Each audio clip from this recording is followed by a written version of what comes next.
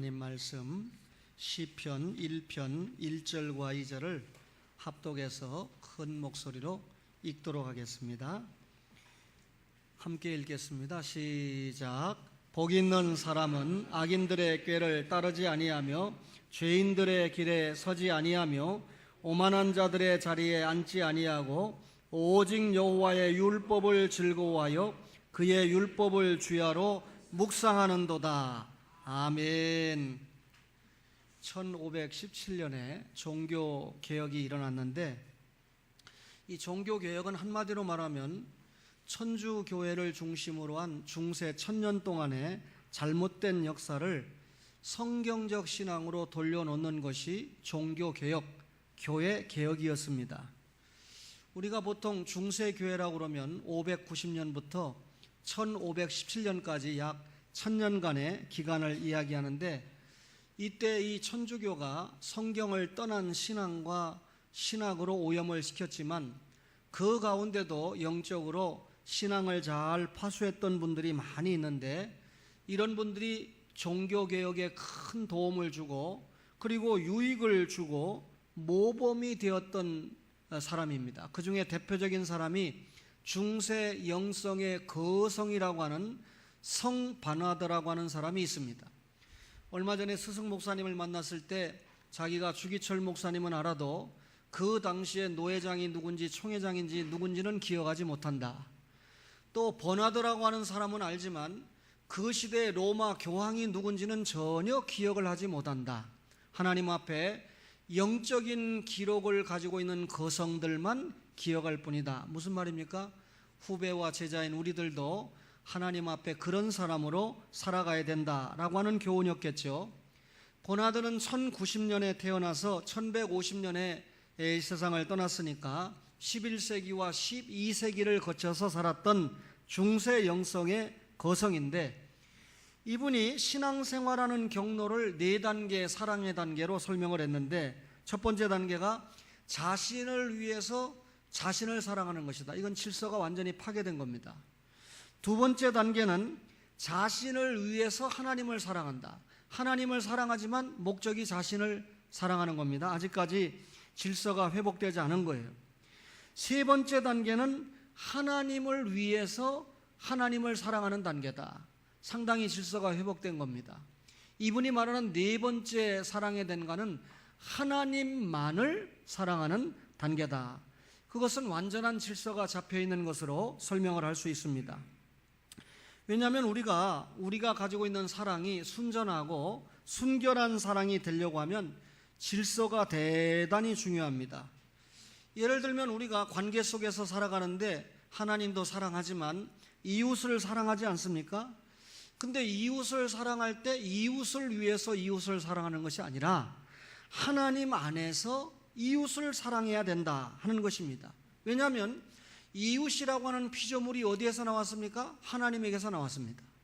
이웃이라고 하는 피조물이 누구를 의존합니까? 하나님을 의존해야 합니다. 따라서 우리가 이웃을 사랑하는데도 하나님의 뜻을 알고 사랑을 해야 그 피조물을 제대로 알고 사랑하는 것이 된다. 그 말입니다. 여러분, 질서가 깨진 사랑은 사랑이라고 하는 열정만 가지고 있어서 분명히 열정만 가진 사랑은 질서를 파괴하게 됩니다. 그렇다면 어떻게 이런 사랑의 질서를 가질 수가 있을까요? 그것은 두 가지 답입니다. 묵상과 기도를 통해서만 가능한데 우리의 이 속사람이 질서를 회복하기 위해서 필요한 것은 묵상과 기도라고 하는 것입니다.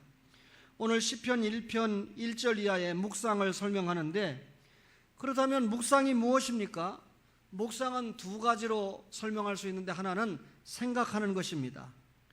그냥 생각하는 것이 아니라 깊이 생각하고 또 자신에게 묻고 답하면서 또 생각하는 것이 묵상입니다. 또 묵상은 그 묵상한 것을 내 상황의 삶과 구체적으로 적용을 시키는 것이 묵상입니다. 그러니까 묵상은 생각하는 것에서 끝나는 것이 아니라 그 생각한 것을 자신의 상황에 맞게 행동으로 나타내는 것이 묵상이다. 그 말이죠. 그렇다면 여러분과 저가 무엇을 묵상을 해야 될까요? 하나님의 말씀인 성경을 묵상해야 됩니다. 묵상이라고 하는 것은 하나님의 말씀을 내 생각 깊숙이 집어넣는 것입니다. 그냥 말씀을 읽고 지나가는 정도가 아니라 그 말씀을 내 생각 속에 깊이 넣는 것입니다.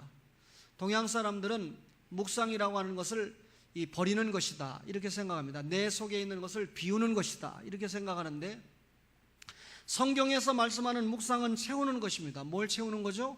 하나님의 말씀을 채우는 것입니다. 어떻게 채우죠? 생각하고 또 생각하면서 내 마음속에 하나님의 말씀을 채우는 거예요. 그래서 오늘 시편 1편 2절에 오직 여호와의 율법을 즐거워하여 그의 율법을 뭐라고요? 주야로 묵상하는도다 그랬습니다. 여기서 율법을 즐거워한다, 말씀을 즐거워한다, 말씀을 풍성하게 느낀다, 말씀을 생각한다, 말씀 생각한 것을 내 심령으로 가져온다. 그러면 여러분, 그 생각한 것이 나의 심령에 차게 되어 있습니다.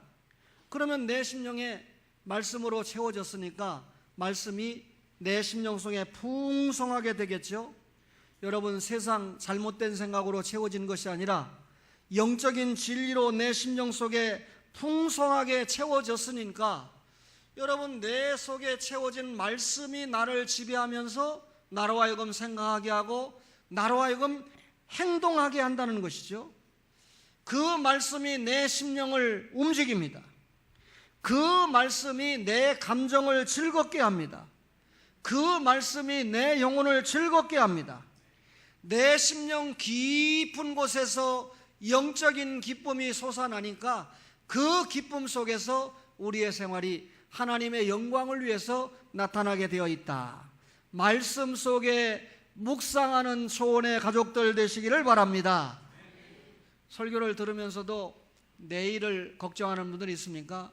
취직이 잘 안 되는데, 돈벌이가 잘 안 되는데 어떻게 해야 되는가? 여러분, 미래를 놓고 염려합니까? 말씀을 한번 묵상해 보세요. 마태복음 6장 31절에 보니까 예수님께서 뭐라고 말씀하죠? 내일 일을 염려하지 말라. 내일 일은 내일이 염려할 것이다 그랬습니다. 내일은 사람이 아니잖아요. 근데 내일 일은 내일이 염려한다고. 여러분, 이 말씀 어떻게 해석해야 되죠? 무슨 말이고 무슨 의미죠? 여러분과 저가 생각하고 또 생각해 봐야 되는 말씀이에요. 내일 일을 염려하지 말아라. 내일 일은 내일이 염려한다. 주님의 말씀입니다. 무슨 말씀이죠? 내일이라고 하는 것은 하나님께서 만드셨고, 하나님께서 오게 하시고, 하나님께서 주관하시고, 하나님께서 운행하시는 것이 내일입니다. 따라서 여러분과 저가 내일 일에 대한 염려는 할 필요가 없는 거죠. 왜? 내일은 내가 주장하는 것이 아니라 누가 주장합니까? 하나님께서 주장하시기 때문에 내 편에서 내일 일을 염려할 필요가 도무지 없다는 것이죠. 여러분, 아무리 내일에 대해서 생각하고 또 생각해 봐도 내 편에서는 내일 일을 염려할 필요가 도무지 없다는 것입니다. 그렇다면 내일 일을 염려할 필요가 없는 나는 무엇을 해야 합니까? 어떻게 해야 합니까? 하나님 나라와 그의 의를 구하기만 하면 된다. 아멘 하시기를 바랍니다. 아, 그렇구나. 하늘에 계신 하나님께서 나의 모든 필요와 모든 것을 다 알고 계시는구나.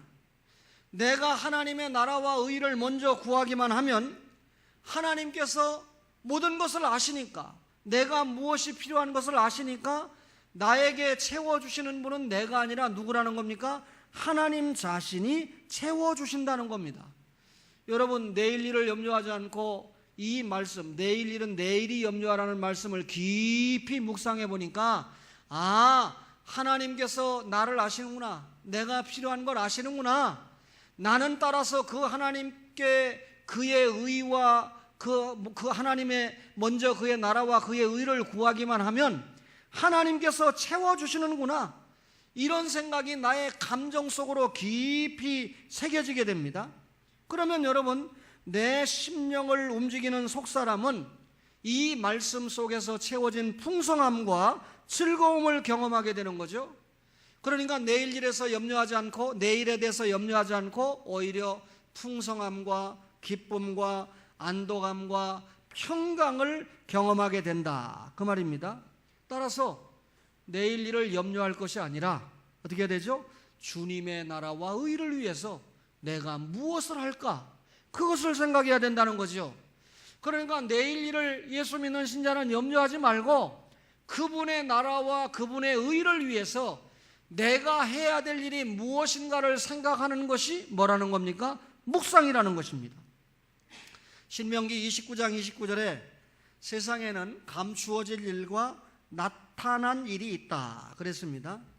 여러분, 우리가 이 세상에 살면서 모든 일을 다 알 수 없잖아요. 사실 일들 가운데 하나님께 속한 일이 있고 내게 속한 일이 있습니다. 하나님이 그렇게 만드셨죠. 여러분, 도저히 우리의 머릿속으로 이해가 되지 않는 일을 우리가 끌어안고 어떻게 하면 좋을까 고민하고 괴로워한다고 일이 해결됩니까? 여러분과 저가 할 수 없는 일이라면, 여러분과 저가 알 수 없는 일이라면, 또 우리가 할 수 없는 일이라면 누구에게 맡겨야 되죠? 예수 믿는 신자니까 당연히 하나님께 맡기고 지나가야 됩니다. 왜 내가 알지도 못하는 일을 끌어안고 고민을 합니까? 왜 내가 할 수도 없는 일을 끼어안고 고통을 감내합니까? 그렇다면 여러분, 내가 알아야 할 것이 무엇입니까? 내가 해야 할 일이 무엇입니까? 여러분, 내가 알아야 하고 내가 해야 할 일들이 어디에 기록되어 있나요? 하나님의 말씀에 기록되어 있습니다. 따라서 여러분, 말씀을 알아야 되고 말씀대로 순종하는 것이 묵상의 결과입니다. 나에게 알려지지도 않은 일, 내가 할 일도 아닌 것을 가지고 고민할 필요가 도무지 없다는 것이죠. 그렇다면 여러분, 말씀을 묵상해야 되는데 언제 묵상해야 됩니까? 시편 1편 2절에 여러분, 그 율법을 주야로 묵상한다, 주간과 야간으로 묵상한다, 이 말은 항상 묵상한다, 그 말이죠.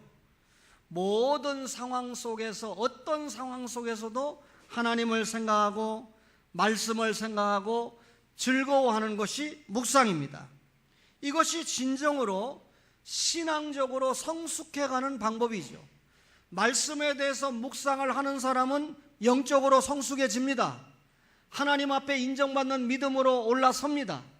그러나 말씀에 대한 묵상이 없는 사람은 10년, 20년을 성경을 끼고 교회를 다녀도 제자리 걸음을 하거나 퇴보를 하게 돼 있지요. 여러분, 묵상에는 두 가지 방법이 있는데, 시간을 정해놓고 항상 말씀을 펴서 읽고 또 읽으면서 묵상을 하는 것이 하나의 방법이 있고, 여러분, 이건 대단히 정상적이고 일반적인 방법이죠. 또 다른 하나의 묵상은 평소 시간과 장소에 관계없이 늘 묵상하는 건데, 말하자면 여러분, 하루 24시간 동안 우리가 일상적인 생활을 하지 않습니까? 불신자로 생활하는 게 아니라 예수 믿는 신자로 생활하지 않습니까? 그러니까 우리가 생활을 하면서 진리를 묵상하는 것입니다. 여러분, 어떤 사람을 보니까 그 사람이 누군가를 위해서 배려하고 누군가를 위해서 희생하고 누군가를 엄청나게 사랑하는 모습을 봅니다. 내가 하지 못하는 그 모습을 보니까 감동이 내게 밀려오죠. 그 모습을 보면서 무엇인가 묵상에 들어가게 됩니다. 그 사람의 모습을 보면서 주님께서 나를 위해서 오셔서 나를 살리기 위해서 얼마나 희생하시고 얼마나 자기를 낮추시고 겸손히 행하셨는가를 생각해 보는 것이죠. 여러분, 어떤 사람이 대단히 열악한 상황, 오해하지 마세요. 내가 저런 어떤 입장이 되면 자살하고 말 것이다 라고 하는 극단적인 환경 속에서도 꿋꿋하게 생활하면서 승리하는 모습을 보게 됩니다. 그 사람의 모습을 보면서 자신의 모습을 들여다보는 겁니다. 저렇게 어려운 환경 속에서도 실망하지 않고 낙심하지 않고 엎드러지지 않고 반듯하게 일어서는 그런 모습을 보면서 우리 주님께서 이 땅에 오셔서 나를 위해서 얼마나 모진 고난을 당하고 매를 맞고 인격 모독을 당했는데도 불구하고 주님이 승리하셨는가? 주님의 모습을 생각하는 거죠. 여러분, 목사는 말씀을 통해서 묵상합니다. 그럼 묵상하는 것을 생활로 옮겨야 된다고 그랬죠? 그 생활로 옮기는 과정 속에서 방금 여러분에게 적용하여 설명한 대로 목양수필이라는 일기를 적어서 다른 사람들이 잘못하는 모습을 보면 나는 그렇게 살아는 안 되겠다. 다른 사람들이 정말 잘하는 모습을 보면 나는 그렇게 살아야 되겠다. 제 글을 통해서 어떤 성도가 영적인 도전을 주고 칭찬을 받습니다. 그분 완전하지 않을 때가 있습니다. 계속해서 이렇게 살았으면 좋겠다. 이런 믿음을 가지고 행동에 옮겨줬으면 좋겠다라고 하는 희망사항을 목사가 적기도 합니다. 여러분, 결국 목양수필을 통해서 다른 사람의 생활을 통해서 혹 나의 생활을 통해서 하나님 앞에 어떻게 묵상하고 어떻게 살아가야 되는가를 제시하고 저 스스로 반성하고 저 스스로를 결단하는 글이 목양수필이죠. 여러분의 담임 목사가 누구입니까?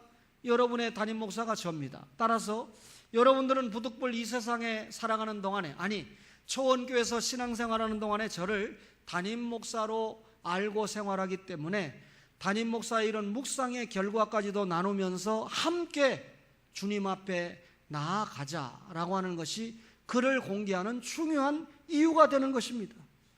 묵상하는 사람은 어떤 상황도 극복할 수 있습니다. 여호와를 묵상하는 사람은 훌훌 털고 일어날 수 있습니다.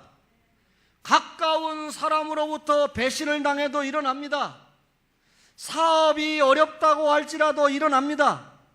여호와의 말씀을 묵상하는 자는 어떤 경우든지 일어날 수 있는 힘이, 믿음이 그 말씀 속에서 일어나는 줄로 믿습니다. 그래서 시냇가에 심은 나무와 같다. 철을 따라 열매를 맺는다. 잎사귀가 마르지 아니함과 같다. 나무 뿌리가 시냇가에 깊이 뿌리가 박혀서 항상 그 나무가 뿌리를 통해서 물을 빠는 것처럼 여호와의 말씀에 깊이 뿌리를 내려서 새벽에도 낮에도 밤에도 하나님의 말씀을 통해서 묵상하는 그런 성도가 승리의 신앙생활의 그래프를 그릴 수가 있다. 사랑하는 초원의 가족 여러분, 말씀의 묵상에 익숙한 성도들이 되시기를 간절히 바랍니다. 두 번째가 뭐라고 그랬습니까? 기도라고 그랬습니다. 여러분, 기도는 묵상과는 다소 차이가 있습니다. 여러분, 기도는 묵상을 토대로 자신의 마음, 심령을 하나님께 쏟아놓는 것이 기도입니다. 충분히 묵상을 했습니다. 그 묵상한 결과 하나님 앞에 자신의 마음을 토로하는 것이 기도다. 여러분, 성경 가운데 150편으로 구성된 시편이라는 성경이 있는데 시편은 한마디로 말하면 기도십니다. 자기의 감정을 하나님께 그대로 쏟아놓은 것이 시편인데 73명의 저자들이 여과 없이 자신의 감정을 쏟아놨어요. 그래서 우리가 솔로몬의 아가서는 만남이다. 신랑과 신부가 연애하는 감정을 드러낸 것이다. 시편은 결혼했습니다. 결혼하다 보니까 싸우기도 하고 찬양하기도 하고 예배하기도 하고 결혼 생활을 통해서 나타나는 모든 일들을 토로한 것이 시편이다. 예레미야 애가는 결별 및 재회의 소망이다. 예수님과 말씀에 순종하지 않았던 이스라엘이 결별을 하지만 결국 하나님의 은혜로 다시 예루살렘에서 만나는 재회의 소망을 주신 것이 예레미야 애가다. 그러면 결혼 생활을 나타낸 여러분 이 시편을 보면 정말 엄청난 것들이 담겨 있는데 고통, 두려움, 원망, 간청, 회복, 감사, 기쁨, 환희, 인간의 모든 감정이 포함되어 있는 것이 시편인데 가지고 있는 모든 감정, 묵상의 결과를 하나님 앞에 그대로 토로한 것이 시편에 나타난 기도입니다. 그러면 우리가 시편을 읽는다고 하는 것은 기도 생활에 도움을 주겠죠. 예를 들면 시편 17편 1절 이하에 보니까 다윗이 이렇게 기도합니다. 여호와여 의의 호소를 들으소서, 나의 울부짖음에 주의하소서, 거짓되지 아니한 입술에서 나오는 나의 기도에 귀를 기울이소서. 맨 마지막에 보면 주의 칼로 악인에게서 나의 영혼을 구원하소서라고 고백을 합니다. 기도합니다. 또 시편 42편 1절 이하에 보니까 하나님이여 사슴이 시냇물을 찾기에 갈급함같이 내 영혼이 주를 찾기에 갈급하니이다. 내 영혼이 하나님 곧 살아계시는 하나님을 갈망하나니라고 기도를 하고 있습니다. 여러분, 시편 기자는요, 기도 가운데 자신의 영혼의 갈급증을 쏟아내고 있습니다. 이 시편 기자들은 기도를 통해서 자신의 불안과 고통을 토로합니다. 기도를 통해서 치유를 얻습니다. 새벽에 잠깐 나오기 전에 축구를 한다는 걸 알았어요. 물론 다 보고 나오면 제가 늦으니까 다 보지 않았지만 참 답답하죠. 나 많이 투자를 했는데. 근데 제가 중계를 잠깐 보고 있는데 제 아내가 옆에서 안모시기가 해설하는 것이 참 잘한다고 소문이 났대요. 그래서 내 속으로 지가 안 쉬니까 안아무개가 해설하는 걸 보라고 그러나? 근데 내가 그랬습니다. 나는 이 아무개가 전도사기 때문에 그 해설을 듣는다. 국가대표일 때부터 유일하게 축구선수 가운데 진짜 있었거든요. 전도사가 있었거든요. 첫 자는 이자고 끝 자는 표자라는 사람인데 그거 봤어요. 근데 그분이 어디까지 중계하는 걸 제가 보고 왔냐면 그만 마지막에 1대1 찬스에서 슛을 쐈는데 못 넣는 거에 대해서는 내가 해설을 어떻게 해야 될지 모르겠습니다. 골을 넣어야 되는데 못 넣으니까 용서하세요. 그 순간은 내가 차도 들어가겠어요. 근데 밥만 먹으면 골을 차는 그들이 그만 뻥축구를 해가지고 못 넣는 거. 이게 한국 축구의 참 지대한 고통이죠. 여러분, 제가 추경호 목사에게 그랬거든요. 이분이 다른 건 다 저보다 뒤떨어졌는데 축구는 하여튼간에 엄청나게 관심을 가지고 있어요. 하여튼간에 가면서 오면서 계속 축구 얘기야. 그런데 제가 그랬습니다. 목사님, 죄송하지만 우리나라가 강한 나라에게는 강하지만 약한 나라에게는 대단히 약한데 그게 염려가 됩니다. 여러분, 제 염려가 여러분 그대로 적중했죠? 내가 염려한다고 될 일이 아니잖아요. 그런 건 하나님 앞에 맡겨버리고, 지는 것도 주님의 뜻이고 이기는 것도 주님의 뜻이고. 여러분, 왜 주일 아침부터 축구를 해가지고 우리 마음을 상하게 하는지. 그런데 여러분, 기도라고 하는 것은요, 영혼의 갈급증을 나타내는 건데, 기도를 통해서 우리 불안, 고통을 하나님 앞에 토로합니다. 기도를 통해서 또 치유를 얻기도 하거든요. 여러분, 그런데 기도를 그냥 하지 말고 말씀을 묵상하신 후에 기도하면 더 좋습니다. 충분한 묵상이 좋은 기도를 하게 하는데, 여러분, 묵상을 해서 내 생각과 감정에 뭘 채우는 겁니까? 하나님의 말씀을 채우는 겁니다. 그리고 하나님 말씀에 대한 반응으로 기도가 나오는 겁니다. 여러분, 말씀 묵상 없이 기도하는 경우에 기도가 제대로 안 되는 경우가 많아요. 왜냐하면 기도를 지금 하나님 앞에 하고 있는데 말씀에 붙잡혀 기도해야 하나님의 뜻에 적중한 기도를 하잖아요. 그런데 말씀을 묵상하지 않고 기도하니까 자기가 원하는 하나님을 만들어 놓고 멋대로 기도를 하게 된다, 그 말이죠. 그 진정한 기도가 될 수가 없지요. 여러분, 1900년대 초반에 우리나라에 신앙계를 대표할 만한 두 분의 거성이 있었는데 여러분들이 잘 들어보지 못한 이름입니다. 그 중에 한 분이 이기선 목사님이라고 하는 분이고 또 한 분이 이용도 목사님이라고 하는 분인데, 이기선 목사님은 1915년에 평양신학교를 8회로 졸업하시고 1950년에 공산당에 순교를 당하신 분인데, 이분이 주기철 목사님에게 주례를 섰어요. 주기철 목사님이 감옥에서 순교를 당할 수 있는 결정적인 영향을 주었던 분이 이기선 목사님인데, 그 이기선 목사님에게 영향을 받았던 분이 주남선, 최상림, 이약신, 손양원, 이런 분들입니다. 그러니까 이분들이 말씀의 사자인 이기선 목사님에게 영향을 받아서 신사참배를 반대하며 신앙을 지켰어요. 그 중에 이분이 7년 동안 신사참배를 반대하고 옥고를 치렀는데, 옥고를 치르는 중에 옥중에서 만난 사람이 한상동 목사입니다. 한상동 목사가 이약신 목사님에게 엄청난 영향을 받고 끝까지 신사참배를 반대하고 여러분과 저가 속한 이 교단을 1946년에 창설한 사람 아닙니까? 정확하게 말하면 46년에 고려신학교를 만들고 52년에 고신교단을 만들지 않았어요?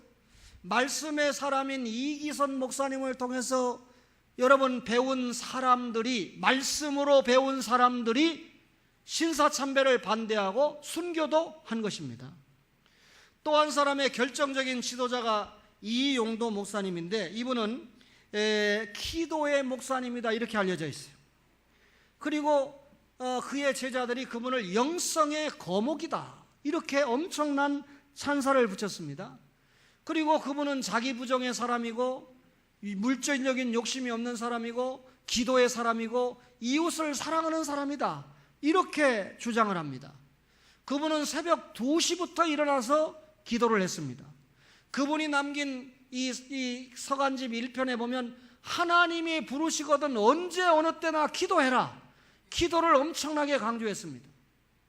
저는 서간집을 남긴다면 하나님이 원하시면 언제 어느 때나 말씀을 묵상해라 이렇게 해놓고 두 번째 기도하라고 할 텐데, 이번은 확실히 기도의 사람답게 기도를 강조했습니다. 여러분 잘 들으세요. 여러분 목사가 교회사를 전공한 목사 아닙니까? 말씀의 사자였던 이기선 목사님의 제자들 가운데는 신사참배와 공산당을 반대하고 옥고를 치르고 순교자들이 무수히 나왔지만, 이용도 목사님을 통해서, 기도의 사람 이용도 목사님을 통해서 영향을 받은 사람들은 신사참배 앞에 단 한 사람도 순교한 사람이 없이 주풍낙엽으로 날아갔습니다. 묵상 없이 기도가 중요하지 않다는 뜻이요, 하나님의 말씀이 기도하게 하고 하나님의 말씀 속에서 묵상하게 하는 것이 너무나 중요하다라고 하는 것을 이기선 목사님과 당대를 살았던 이용도 목사님이 확실하게 우리에게 교훈으로 남기고 있는 것을 보게 됩니다. 기도를 위해서 한 가지 좋은 방법은 시편을 읽고 묵상하는 것입니다. 예수님은 자신의 말씀 가운데 많은 부분에서 성경을 인용하셨죠. 예수님 자신이 말씀인데 구약 성경을 인용 많이 하셨죠. 예수님이 가장 많이 인용하신 성경이 뭡니까? 시편입니다. 여러분 예수님께서 십자가에 못 박혀 돌아가실 때도 아까 시편은 인간의 모든 감정을 하나님 앞에 담아 토로한 기도의 내용을 담은 것이 시편이다 그랬죠? 여러분 우리가 좋은 일이 생기면 좋은 감정을 가지고 기쁘고 즐겁게 하나님 앞에 기도합니다. 그렇죠? 여러분 기쁘고 좋은 일이 있는데 울면서 기도하면 바보 아닙니까? 그런데 여러분 우리가 사는 가운데 죄를 지으면 고민과 갈등 가운데 목이 터지라고 회개합니다. 울분과 분노에 차게 되면 그 억울함을 하나님 앞에 다 토해내게 됩니다. 여러분 시편은 진짜 삶을 우리에게 보여주는 것이다. 지난 주간에 예배를 마치고 전보자관님과 시간을 가졌는데 저분이 너무 바쁘니까 바깥에서는 저를 안 만나줘요. 또 목사 만나면 무조건 밥 사는 줄 알고, 만나면 또 내가 사기도 할 텐데, 그래서 교회에서 만났는데 이 오늘 오후에 오시는 장로님 이야기를 해요. 자기가 보좌관이었으니까 너무나 잘할 거 아니에요. 근데 어느 날 이 대선을 나오려고 했던 한 유명한, 이름을 대면 여러분들이 다 아는데 하여튼 성은 정씨예요. 그 사람이 황 대표님 옆방을 썼는데 그분이 황 대표에게 욕을 하기를 저 사람은 박아무개의 환관내시다 이렇게 욕을 했다는 거예요. 그러니까 공적으로 어느 아나운서 쇼에 초청을 받아가지고 황 장로님에게 이 아나운서가 물었다는 거예요. 어느 정치인이 당신을 환관내시라고 했다는데 어떻게 생각합니까? 그러니까 그분이 이야기하기를 그렇게 말한 그 정치는 참 훌륭한 분입니다. 장래 전도가 참 유망한 분입니다. 대단히 훌륭한 분입니다. 그러니까 아나운서도 할 말이 없는 거예요. 그리고 그렇게 욕했던 친구는 다시는 황 장로님에 대해서 환자도 꺼내지 않았다는 거예요. 얼마나 민망합니까? 그렇게 공격을 했으면 그놈 나쁜 놈입니다. 그 돈만 많지, 돈만 벌을 줄 알지, 하나 기부도 할 줄 모르고 개돼지 같은 놈입니다. 그게 정치하는 게 참 나는 안타깝습니다. 이렇게 얘기해야 되는데 그 정치인 참 훌륭한 사람입니다. 앞으로 크게 될 사람입니다. 그러니까 할 말이 없잖아요. 다른 정치인이 또 황 대표님에게 뭐라고 또 폄하를 했대요. 그래서 또 그 방송국에 초청을 받아서 얘기하는데 당신에게 누가 이렇게 폄하를 했는데 어떻게 생각합니까? 내가 환관내시 소리도 듣는 사람인데 그게 뭐가 대단한 일입니까? 그러니까 아나운서가 더 이상 묻지도 못하고 그렇게 비난했던 사람은 더 이상 앞으로 황장로님에게 전혀 이야기를 하지 못했다는 거예요. 제가 이번에 태국에 가서 이런저런 이야기를 스승과 엄청난 제가 유익을 얻었잖아요. 수도 없는 식사 시간에, 차량 이동 시간에 대화를 했는데 저만 대화죠. 왜냐하면 추 목사님은 단 한마디도 말씀을 안 했으니까 저만 대화할 수 있는 기회를 얻잖아요. 추 목사님이 누군지 아시는 분들은 다 알잖아요. 장례식에 갔는데도 우리 김현순 전사님이 잘 아실 거예요. 저는 돌을 깨가지고 죽기 살기로 장례식에 안 갈 건데 갔는데, 그러면 같이 간 목사님들이 총장님하고 대화를 하면 얼마나 내가 좋겠어요. 식은땀이 지금 나고 있는 두 분 다 아무 말도 안 하니까 내가 다 얘기해. 어머니가 몇 살 살았는지, 무슨 유언을 남기고 죽었는지, 어떻게 살다가 돌아갔는지, 왜 장례가 5일장이 되는지 내가 다 이야기해야 되니까, 순교자의 자세로 내가 장례식에 갔다 와서 내가 죽을 뻔했어요. 이번에 가서 여러 대화를 하는데 그런저런 이런 이야기를 하면서 이번 주에 우리 황장로님이 온다, 제가 이 황장로님을 모신 두 가지 이유가 있다 하고 쭉 설명을 하니까, 우리나라의 장로 대통령이 3명이 있었는데 실제로 1명밖에 없었다는 거예요. 그러니까 장로 아니었다는 겁니다. 초대 대통령 빼놓고 나머지 2사람은 장로가 아니었다는 거예요, 이분 생각에. 그러니 이 미소 대통령이 장로 대통령으로 좀 등극을 했었으면 좋겠다 하는 말씀을, 내 말이 아니고 박 목사님이 이야기를 하더라고요. 근데 정작 본인은 욕심이 없어요. 그러니까 보좌관님들이 차야 돼요. 한국의 이 신앙 있는 신자들이 진짜 장로 대통령을 보기 원하는데, 앞으로 진짜 장로 대통령이 돼야 되고 진짜 그런 사명을 감당하도록 하는 것이 하나의 목적이 되겠죠. 무슨 얘기하다 이 얘기했습니까? 여러분, 사람은 말씀을 묵상하고 기도하는데 주님도 그렇게 하셨어요. 나의 하나님, 나의 하나님, 어찌하여 나를 버리셨나이까? 주님이 십자가에서 그렇게 기도하셨잖아요. 그 무엇을 묵상한 결과죠? 시편 22편 1절에 다윗이 나의 하나님, 나의 하나님, 어찌하여 나를 버리셨나이까? 평상시에 예수님이 이 말씀을 묵상했기 때문에 십자가에서 똑같이 나의 하나님, 나의 하나님, 인성의 기도죠. 너무 고통스러우니까 나를 버리셨나이까? 그렇게 기도했다는 거죠. 여러분, 우리는 그리스도의 말씀에 뿌리를 받고 거기서 양분과 수분을 빨아들여야 합니다. 말씀의 힘으로 묵상할 수 있고, 말씀의 힘으로 기도할 수 있습니다. 말씀의 힘으로 성장할 수 있습니다. 성경을 하루에 몇 장이나 읽느냐 중요하죠. 더 중요한 것은 그 말씀을 얼마나 깊이 묵상하느냐, 생각하느냐, 그리고 그 말씀을 내 심령 속으로 가져오느냐, 그게 중요합니다. 그 말씀을 내 심령 속에 풍성이 얼마나 채우느냐, 얼마나 깨닫고 그 말씀을 실천하느냐, 이것이 너무나 중요하다 그 말이죠. 그 말씀 묵상한 것을 실천하기 위해서 기도가 필요한 것입니다. 말씀을 실천하게 하는 힘이 기도다 그 말이죠. 제가 이번에 태국에 간 목적은 당연히 선교사 한 분의 사역과 선교 현황을 살펴서 어떻게 이 선교를 좀 효과적으로 극대화시킬 수 있을까 하는 것을 확인하기 위해서 갔습니다. 또 다른 목적은 스승 목사님 4분과 동행을 하면서, 겉으로는 이분을 배웠으니까 잘 알지만 진짜 함께 먹고 함께 여행을 해본 적은 없기 때문에 이번 기회를 통해서 배울 것을 좀 많이 배워야 되겠다. 예배를 할 때 설교를 통해서 참 엄청나게, 이분은 묵상의 사람이고 기도의 사람이다. 여러분, 성경이 필요가 없어요. 성경을 다 머릿속에 외우고 있으니까. 저는 외우지는 못해도 들으니까 한 번은 베드로 후서 4장 8절에 하고 그 말씀을 외워요. 그러니까 하여튼 수백 개 구절을 말씀을 통해서 몇 번에 걸쳐서 말씀을 주시는데, 제가 볼 때 베드로 후서에는 그런 말씀이 없는 것 같은데 하고 제가 말씀을 듣는 게 죄송하지만 찾았어요. 다음 날 아침에 목사님, 어제 말씀은 베드로 후서 4장 8절이 아니고 히브리서 4장 8절입니다 라고 정정을 해주셔요. 본인도 이제 느끼신 거죠. 그런데 여러분, 정말 말씀을 많이 묵상하신 분이다. 또 기도를 많이 하신 분이다라고 하는 것을 동행을 하면서 깨닫게 되니까 제가 이 설교를 하면서 참 이번 여행이 나에게 엄청나게 유익한 여행이었다.